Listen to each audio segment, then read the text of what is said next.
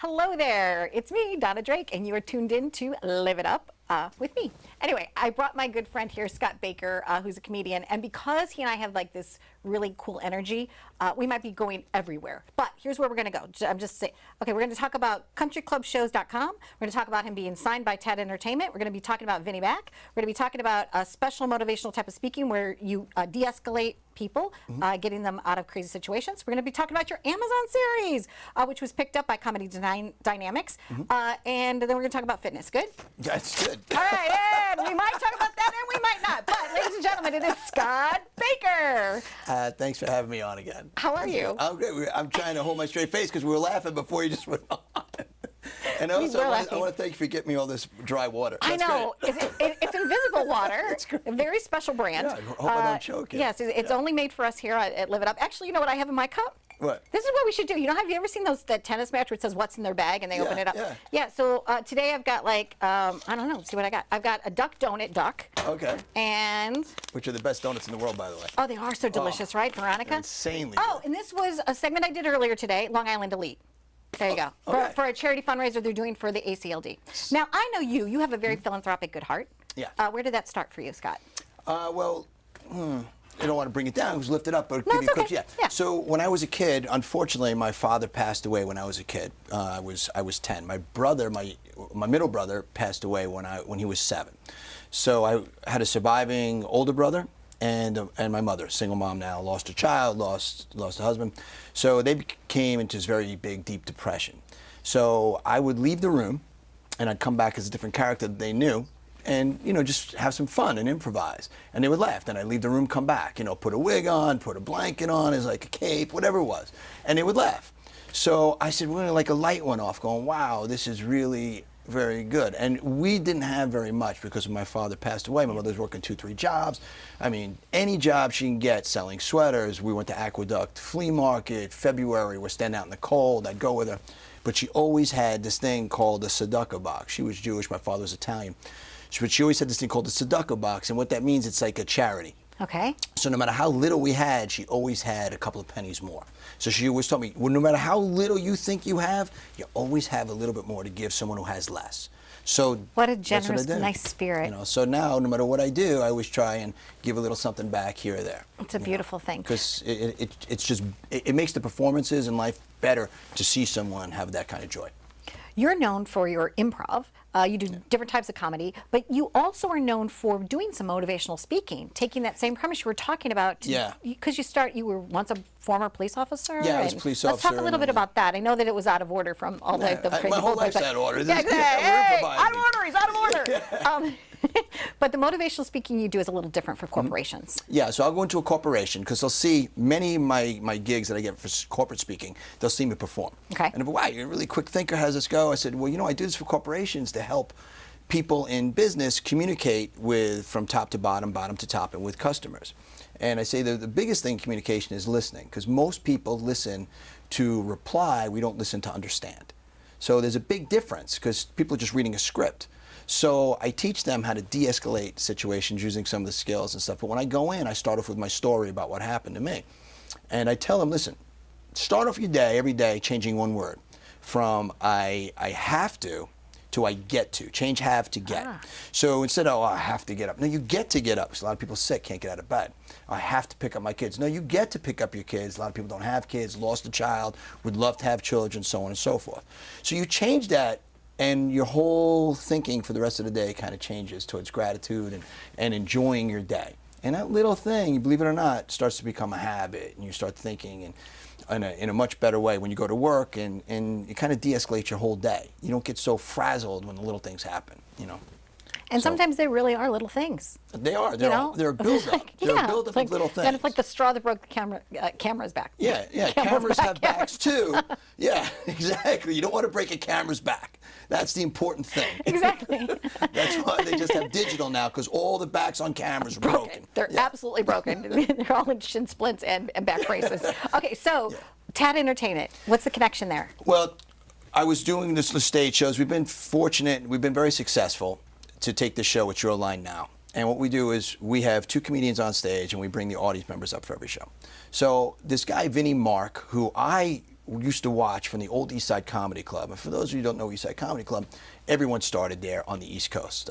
Eddie Murphy, Rosie O'Donnell, Seinfeld, Andrew Dice Clay, Billy Crystal. Everybody went through there. This guy, Richie Minervini, used to own it. Yes. But Vinny started out, he was a few years older than I was. And I used to watch him with his group. And I took that act and I said, instead of using 4 comedians, let's use 2. Vinny did a solo career. I partnered up with Al Isaacs. Al can't really travel a lot of places, so we said we need to bring a 3rd guy in. So we contacted Vinny, who's great off the cuff. He knows. We showed him what we're doing. So Vinny and I then started going around, and we started going to the convention, this APAP. I don't know what the letters stand for. I was going to say numbers, but it was letters. Okay. I don't know what the letters stand for. It's a performing arts, whatever. But Tad was there, and they're a big agency, one of the biggest. For cruises, and they also have a land side. So they signed us. They love what we do. They flew us out to California for Princess Cruises, their main office. Yep. We performed for the CEO there and 30 of their employees. So they asked us for available dates. So starting 2019, we'll be doing cruises for Princess Cruises. And where are we going? Can I think you're in because you get friends and family discount. So I think it's like $40 a day, and you can have your own cabin. So you're in. You know, I'll let you know. But they go all over the world. Wonderful. Yeah. Are you excited? You must be very excited about that. I'm excited about it. You have a lot going on in a good way. That's why. That's the other reason I wanted to have you on the show again, Scott. Is that it seems that, you know, I have over the last 10 years, I've had invited people on, you know, over a course of time, here, there, whatever. But you have so much going on that I wanted to just do a recap and an update. Yeah, well, right? we So have you've a got friendship too. So when I go down a little bit, you know, I watch what you're doing and you lift me up. Aw, you know, thank you. You're always a positive person, and that's contagious. You have 2 choices, right? You know, of what you want to do. Like I teach kids is, you know, like when I go to schools and do it, I say you don't win and lose, you win and learn. It depends on your attitude. You know, if your attitude is, wow, I didn't really lose, I learned from it, you know, you change your thinking. So life goes up, it goes down. When it goes down, is it really that bad? If you didn't lose a loved one, you know, outside of, or your health, everything else will be turned around. It's not what you think, Right. you know. It's just like so, on a snap you can do Yeah, it. it's just a lot So of you've fun. got Princess Cruises going on. You got the Vinnie Mac situation. You got Tad Entertainment going on. Can we talk about the picking up of your projects that are going to Yeah. be seen in how many places? Cable stations everywhere, right? Yeah, Let's talk about the basically, creativity behind that. Yeah, Midtown, because I was a New York City cop. And so I had done a series, and I don't want to get negative about it, so we did a series, we did a pilot, Sure. and then we morphed it into, is morphed the word? It is now? Yeah. So we morphed it into this show called Midtown, me and Tom Malloy, and he's really ensconced in Hollywood. He really took a shot. Okay. He said, I'm going in full. So he's gone his ups and downs too. He's made his million, and he's, you know, $1.97, Yeah, right. That's right. So it's up and Gong down. show, it's all good. And now he's back doing really well. So he's like, yeah, I believe in this. We did it together. We improvised what really happens in a patrol car. So we did really well on Amazon. We did 2 seasons, over 1 million viewers. And then Comedy Dynamics picked us up. So they're going to get us on Hulu, Vudu. And he sent me the list, too many Yeah. to mention, but all local cable networks that are going to be all over the place. Wonderful. And they just picked up Jane Lynch, who's a huge improv artist. They picked up, I think it's called Don't Drop the Soap. So Okay. they're showing her series all over the place. So we'll shoot another season 3 next year. What do you think makes Midtown relatable for people that aren't like in the line of duty? It's Seinfeld without talking about crime. People want to laugh again today. Every time you turn the TV on, is everyone hates this one, making fun of that one. Right. We have fun of basic stuff. You know, like even if we take something political, we unpoliticize it. You know, we'll just talk about things like what coffee is better. We'll talk about one of the episodes is talking about why I think that all the superheroes are Jewish.